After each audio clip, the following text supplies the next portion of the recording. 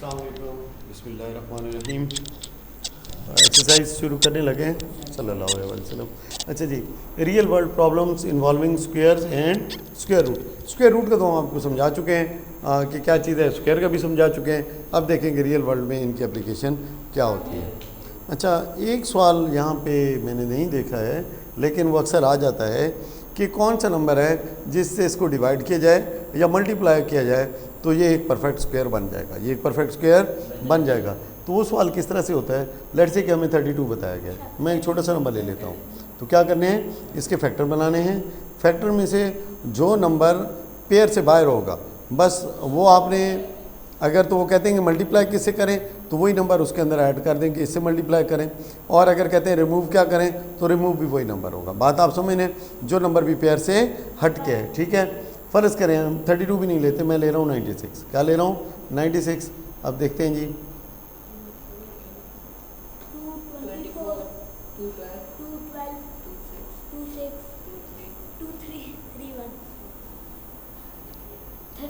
Okay देखिए हमारे पास कितने हैं, एक पेयर, दूसरा पेयर, अब ये भी पेयर से बाहर है, ये भी पेयर से बाहर है, तो 2 3 से कितना हो जाएगा बेटा, 6। इसका मतलब है अगर इसको 6 से डिवाइड करेंगे या 6 से मल्टीप्लाई करेंगे, दोनों सूरतों में ये क्या बन जाएगा, परफेक्ट स्क्वायर बन जाएगा। बात समझ लगी कि नहीं लगी।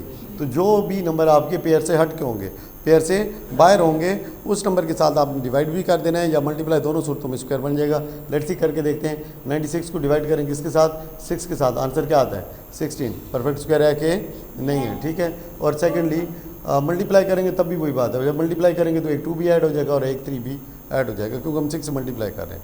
बात समझ लगी है कि नहीं लगी है, करके देखते हैं। तो ये क्या हो जाएगा, 6 6 इज़ 36, 3 कैरी, 6 9 इज़ 54 और 3 कैरी वाले कितने हो गए, 57। ठीक है, तो अब ये किसका स्क्वायर बन गया जी, हमारे पास 1 2 3 और 4, 8 3 इज़ 24 को मल्टीप्लाई करके देखते हैं।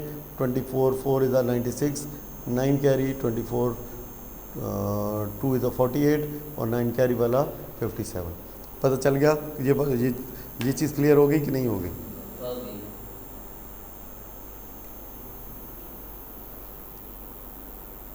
ओके जी, एक्सरसाइज के ऊपर आते हैं। एक लेक्चर हॉल है, क्या है बेटा, एक लेक्चर हॉल है, उसके अंदर 8649 students are sitting in a such a manner that there are as many students in a row as there are rows. एक रो में जितने स्टूडेंट हैं उतनी क्या है बेटा आपके पास रोज़ हैं, उतनी क्या है रोज़ हैं। तो अब ये क्या बन गया, एक स्क्वायर बन गया है। क्या बन गया, एक स्क्वायर बेसिकली बन चुका है। तो क्या है जी, how many students are there in each row of the lecture hall. तो क्या करेंगे, ये नंबर लिखें 8649 और इसका क्या ले लें, स्क्वायर रूट ले लें। इसका क्या ले लें, स्क्वायर रूट ले लें। आपके पास क्या आंसर आ जाएगा। मैं इसको लॉन्ग डिवीजन मेथड के जरिए करने की कोशिश करता हूँ।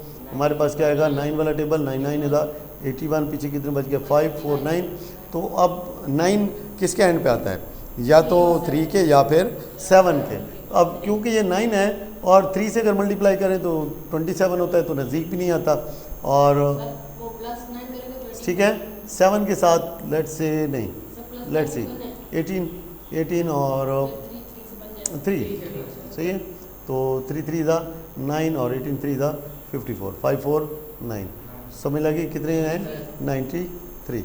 अच्छा, नेक्स्ट हमारे पास क्या है, the students of class 7 of a school donated 2304 for the prime minister relief fund, each donated as many rupees as many student. Same ऊपर वाला सवाल रिपीट हुआ है, सेम ऊपर वाला सवाल रिपीट हुआ है। 2304 का क्या ले लेना है, स्क्वायर रूट ले लेना है। सबसे पहले क्या होगा, 4 वाला टेबल, 4 टाइम्स 16 70 4 4 4 इज़ 8। अब देखें यहाँ पे 4 किसके आखिर पे आता है, या तो 2 के आखिर पे या 8 के आखिर पे। ठीक है, तो यहाँ पे क्या हो सकता है, 8 हो सकता है, क्योंकि यहाँ पे नंबर शुरू में बड़ा है। ठीक है, तो 8 8 इज़ 64, 6 कैरी और 8 8 इज़ 64 और 6 70। क्लियर हुआ कि नहीं हुआ, ठीक है। अच्छा जी, नेक्स्ट क्या है, Kiran wants to wish her teacher on each day by giving her a self-made greeting card. She chooses a purple colored square sheet of paper. A side of that paper measures 19.5 centimeter. Find the area. देखें एक side इतनी है, अब square है। एक चीज़ याद रखिएगा, जब कोई शेप गिवन होती है तो उसकी उस पर गौर करना होता है कि वो शेप किस तरह की है, वो शेप किस तरह की है। अब 19.5 उसकी एक साइड है, तो स्क्वायर का जो एरिया होता है किसके बराबर होता है, L2। अगर उसकी एक साइड क्या है, L है, तो उसका स्क्वायर किसके बराबर होता है, L की पावर 2। यहाँ पे 19.5 है तो इसकी पावर 2 ले लें। इसका मतलब है 19.5 को किससे मल्टीप्लाई करा दें, 19.5 के साथ मल्टीप्लाई करा दें। बात समझ लगी कि नहीं लगी? ठीक है, तो करके देखना चाहते हैं तो करके देख लेते हैं जी। कैलकुलेटर ले लें टाइम बचाने के लिए। ठीक है, आपके पास कैलकुलेटर नहीं होगा, आपने सिर्फ क्या देखना है, एंड के ऊपर यूनिट प्लेस देखनी है। यूजुअली यूनिट प्लेस जो होती है, अब देखिए 19.5 है, मैं आपको एस्टिमेशन के लिए बता देता हूँ। एक तो एंड पे क्या आएगा, 5 आएगा। दूसरा 19 के साथ वाला नंबर कौन सा है, होल नंबर 20 है। 20 का स्क्वायर क्या होता है, 400।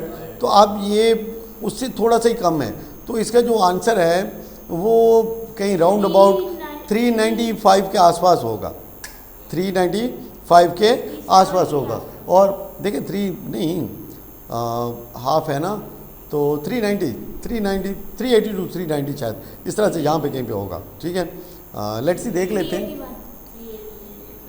चलें ठीक है देखें। लेकिन आखिर पे एंड पे क्या आएगा, इसके 5 भी आएगा। तो ये दो चीज़ें आपको बता देंगी, एक के 400 से थोड़ा सा कम होगा, 400 से थोड़ा कम होगा। सेकंड क्या है कि आखिर पे क्या आएगा, 5 भी आएगा। तो दो चीज़ें आपको मिल चुकी हैं, तो मोस्ट लाइकली कि आप क्वेश्चन को फिल्टर आउट कर सकेंगे कि आंसर कौन सा है। Let's see 380.25। ठीक है, मैंने कितना बताया था,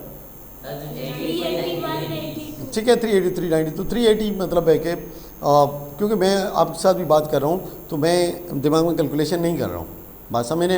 अगर कैलकुलेशन करूँ तो फिर मज़ीद नज़दीक हम उसको, तो मैं तो सिर्फ एक आपको रैंडम बता रहा हूँ कि यूजुअली कि मोस्ट लाइकली ये है कि ये नंबर आपको उस तरफ ले जाएगा जहाँ पे कि जो आपकी एस्टिमेशन है वो आपको बता देगी कि नंबर क्या आएगा। मैं आपको हर क्वेश्चन में एस्टिमेशन का तरीका भी बता रहा हूँ कि कैसे, मतलब है कि आपने इसको मेंटल मैथ के ज़रिए हल करने की कोशिश करनी है या किन चीज़ों को आप ध्यान में रख सकते हैं। अब ये चीज़ें आपको बुक में नहीं मिलेंगी, ठीक है, क्योंकि बुक बनाई जाती है बेसिकली किसके लिए होती है, जो रेगुलर स्टूडेंट्स होते हैं, जो स्कूल में पढ़ रहे होते हैं।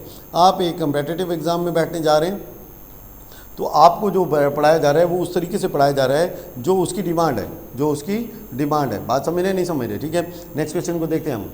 हमारे पास क्या है, 400 स्टूडेंट सिट इन अ रो। ये एक छोड़ दिया, the area of a square plot is 900, find the length of the plot. देखें मैंने वही बताया, शेप पे बहुत गौर करना है। प्लॉट किस किस्म का है, स्क्वायर प्लॉट है। अब स्क्वायर प्लॉट है 900 है, तो इसका जनाब पहले मैंने बताया था जो 2 0 आती है ना, 2 0, ठीक है, इनमें से तो एक ले लें। और 9 का स्क्वायर क्या है, 93 का स्क्वायर। अगर हमारे पास ऐसे पढ़ा हो, क्या पढ़ा है बेटा, 2500 पढ़ा है। अब क्या करें, 50 का, ठीक है, इस 5 को इसको अलहदा कर लें, इसको अलहदा कर लें। ये यहाँ से तो 1 0 मिल गई और बाकी ये क्या हो गया 5 25 किसका स्क्वायर है, 5 का। बात समझ लगी है कि नहीं लगी है? अब 900 किसका स्क्वायर है बेटा, 30। ठीक हो गया। नेक्स्ट ये 400 स्टूडेंट सेम सवाल है, तो 400 को क्या कर लेते हैं हम, वही कर लेते हैं। इससे मैंने क्या ले ली, 1 0 और 4 किसका स्क्वायर है, 2 का। जवाब निकला है कि नहीं निकला है? निकल आया। ठीक है, तो आइए, ठीक है, देखें मेथड जितने भी हैं कोशिश करते हैं कि आपको जो चीज़ देखें, इसी को डिडक्शन कहते हैं, इसी को एक्सपीरियंस कहते हैं। आपने एक काम किया, दूसरे काम किया, तीसरी काम किया, आपको मैथ का कोई एक कानून समझ में आ गया, आपको साथ में बता दिया जाता है कि इससे आप क्या मतलब है कि रिज़ल्ट निकाल सकते हैं। ठीक है, नेक्स्ट हमारे पास क्या है, when a number is multiply by itself the resultant number is known as, उसका स्क्वायर कहते हैं। परफेक्ट स्क्वायर वो नंबर हैं जो कि स्क्वायर हैं किसका, नेचुरल नंबर का। अब now that is very important, ठीक है, ये नेचुरल नंबर का जो वर्ड है ये क्या है, बड़ा इंपॉर्टेंट है कि जो परफेक्ट स्क्वायर क्या हैं, वो नंबर हैं जो कि स्क्वायर हैं किसके, नेचुरल नंबर के स्क्वायर हैं। द पावर 1/2, ठीक है, उसको क्या बोला जाता है, square root of that positive number. उस पॉजिटिव नंबर, ये पॉजिटिव नंबर का ख्याल रखना है, तो क्या रखना है, पॉजिटिव नंबर का ख्याल रखना है। नेक्स्ट है square root of any positive number can be find from the following 2 method, prime factorization या लॉन्ग डिवीजन मेथड। नेक्स्ट हमारे पास क्या है, रिव्यू एक्सरसाइज।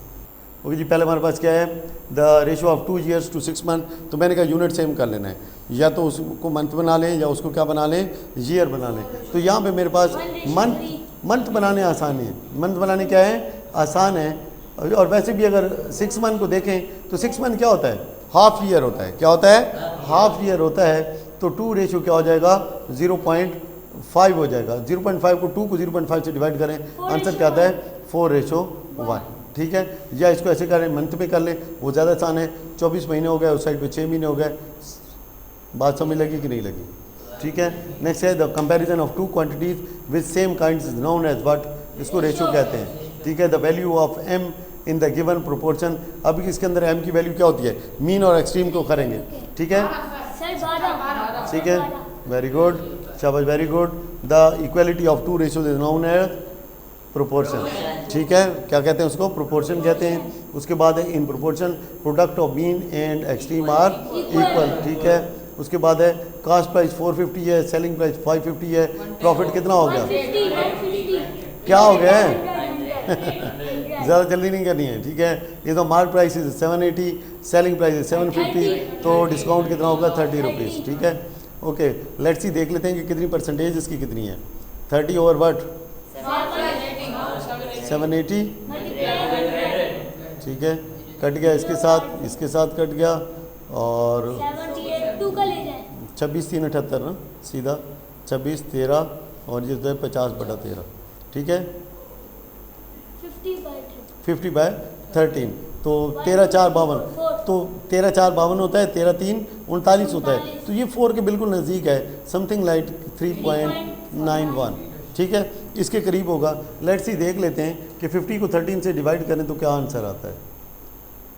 ये एस्टिमेशन ही है जो मैंने की है कि ओके 84, तो 85 हो गया। ठीक है, 3.85 थोड़ा सा डिफरेंस है, लेकिन यह है कि आपके आंसर में इतनी ज़्यादा क्लोज नहीं होता, थोड़ा सा फ़र्क होता है, जिसमें कि उम्मीद है कि आप अपनी एस्टिमेशन को यूज़ कर सकेंगे। लेकिन लाजमी नहीं हर जगह एस्टिमेट लगाते हैं। ठीक है, if you have time do it properly, if you have time do it properly, if you don't have, या एस्टिमेशन आपको एग्जैक्ट जवाब दे रही है कि किसी भी सूरत में ये और ये नहीं हो सकता, देन गो फॉर दैट। ठीक है, उसके बाद है the tax imposed on the income. तो ये से क्या कहते हैं बेटा, जीएसटी कहते हैं, जीएसटी कहते हैं, पक्की बात है।